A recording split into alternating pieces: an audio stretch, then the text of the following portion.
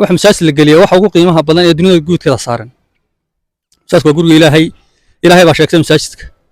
بسم الله الرحمن الرحيم الحمد لله رب العالمين والصلاة والسلام على رسول الله صلى الله عليه وسلم السلام عليكم ورحمة الله وبركاته النقوة مسؤولينتي يجددي مسجد كدعوة وكي على حافظ عقيبه إيريا سكول كالبيان حنساك هالكم كدوين عدس أن وتشيدين إنه أمضى محسنين تا المسلمين تا خير كتشعل إن كقريب قاطان دلوا يبنيو مسجد الدعوة ولما بلور ككوبان ووجهدي مساجدك iyo wajahadii malcaamada intaba dhulkaasoo markaa xaafaduna waa xaafad dhismaysa oo sii qaaliyoobaysa markaa maanta haddii masjidka aan loo iibin hadhowto waxay noqonaysaa hawl aad iyo aad u badan dhulka markaa aanu qiimaynay lacagtiisu waxay noqotay $10,000 waa 2 balood oo iska dabagala weeye waa wajahadii masaajidka waa wajahadii malcaamada waa albaabkii masaajidka laga geliyay waxaanu ka codsanaynaa ummadda muxsiniinta ee khayrka jecel inay ka qayb qaataan oo ilaahay subxaanahu wa tacaala ay wax u sii hormarsadaan ilaahay subxaanahu wa tacaala waxaan uga baryaynaa cid kasta wax ku darsatay inuu ilaahay miisaanka xasanaadka ugu daro akoonka masaajidku talasomtu waxa weeyaan 842-314 masjidu dacwa soo baxaya samteella waxa weeyaan 7125408 waxaa soo baxaya masjidu dacwa bismillaahi raxmaani raxiim alxamdulilaahi rabbi alcaalamiin sala allahu caleyhi wasalam sayidina maxamed caleyhi salaatu wasalaam halkan aanu taagannahay waa 2 balood oo masaajidka uu u baahan yahay masaajidku xagga galbeedka dhismaha kaga qabsan xaggan aan rabnay in loo iibiyana dhismaha kaga qabsan oo masaajidku marka horeba wajahad qura yahay waana masaajid yar 2 balood imkaanu taagannahay masaajidku baahi weyn ayuu u qabaa waa 2 balood oo 12 iyo 24 labada balood masaajidku hadduu helo dee waa meel koraysa oo dee waa wanaagsanaan lahayd dadka muxsiniinta ah ee khayrka jecel ee ehlo khayrka ah waxaan ka codsanaynaa 2 balood in loo iibiyo masaajidka waa sadaqa jaariya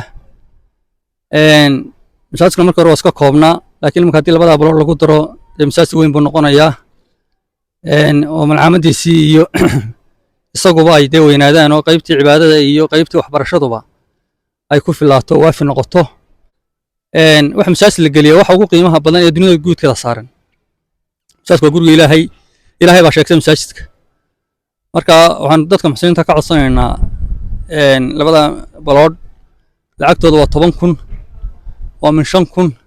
markaas ku $10,000 bay noqonayaan hal qof baa bixin kara 2 qof baa qaybsan kara 4 qof baa qaybsan kara dadka muxsiniinta ah ee khayrka jecel waxaan ka codsanaynaa masaajidka in loo iibiyo 2 balood halka anagoo ah guddidii masaajidka dacwa sida macallimiintu sheegan iyo waalidiintu waxa weeyaan wajahadiisu way yar tahay oo waa kooban tahay marka ardaydii waa ku yaraatay dhul aad u kooban bay noqotay marka sida waalidiinta iyo ay sheegeen waxa weeye macallimiinta masaajidka ardayda wax baraya 2 balood waxa weeye masaajidka hortiisa waxa weeye masaajidku maanta baahida weyn u qabo ama ardaydu waxa weeye madrasada ay baahida weyn u qabto sida la sheegay dadka muxsiniinta ah waxa weeye halkan ka daawanaya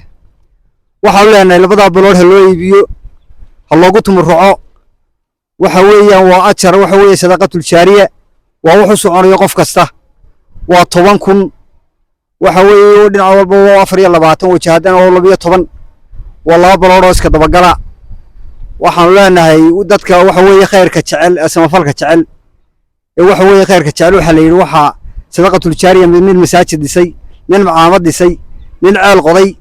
intaba waxa la yiri ilaa iyo saacatul qiyaama oo soconaya baa la yaajarku marka waxaan ka codsanaynaa dadka muxsiniinta ah ee waxa weeye daliya dawlad markiisa joogana daawanaya 2 balood baahi weyn buu masaajidku qabaa dacwa in loo iibiyo waxa weeye qof baa qura bixin kara waxa weeye dhowr qof baa bixin kara waana loogu tumurruxo baan leenahay waxa weeyaan masaajidka khayrka ah loo kala dheereeyo xasanaadka waxaan ka mid ahay anigu guddida masaajidka al-dacwa ee ku taala caqiibo area albayaan sida macallimiinta iyo raggii horeba u soo sheegay guddidii hore masjidka u soo sheegtay masaajidku waa yaraaday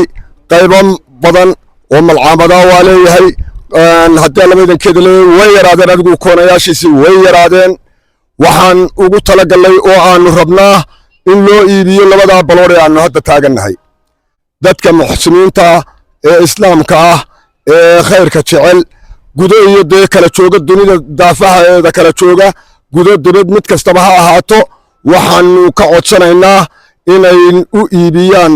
dhulkaas inay u iibiyaan oo khayrka iyo ajriga u kala dheereeyaan sidaas ayaanu jecel lahay idinkuna nala jeclaada haddaad tiin walaalaha iyaga muxsiniinta ee muslimiinta idinkuna sidaa nala jeclaada anigu waa culimmadii hore ka soo hadashay iyo guddidii hore ayaa ka soo hadashay baahida masaajidka dhulkaa loo iibinayo ka soo hadashay anigu waa ducaynayaa ilaahay inoo dembi dhaafo ifii aakhiraba ilaahay inoo nimceeyo ilaahay khaatimada khayr ha nagu khatimo ilaahay nimcooyin badan baynu qabnaa oo nabadgelye iyo ilaahay nabadgelyada ha inoo siyaadiyo ilaahay waxaynu ka baryaynaa hawshaa aynu ku jirnaa in ilaahay inoo fududeeyo waxaase marka loo eego waa $10,000 $10,000 hal qof bixin karaa hal la dadaalo ifii aakhiraba ha inoo nimciyo qofkii ka qayb qaataba ilaahay ifii aakhiraba ha u barakeeyo khaatimada khayr loo khatimo waalidkiisa Allah u dambi dhaafo ilaahay waxaynu ka baryaynaa inuu inoo fududeeyo ilaahay waxaynu ka baryaynaa caalam islaam dhib badan baa culays badan baa saaran culayska ilaahay ka daaqaado ilaahay waxaynu ka baryaynaa qulubta islaamka in ilaahay mideeyo ilaahay waxaynu ka baryaynaa in muslimka colaad dhexdooda ka saaro ilaahay waxaynu ka baryaynaa khaatimada inuu khayr loogu khatimo والسلام عليكم ورحمة الله وبركاته